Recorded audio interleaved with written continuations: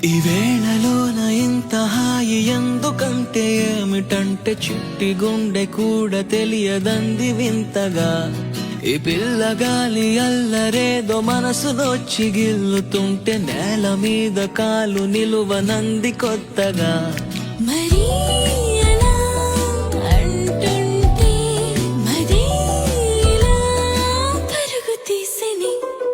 మనసులోన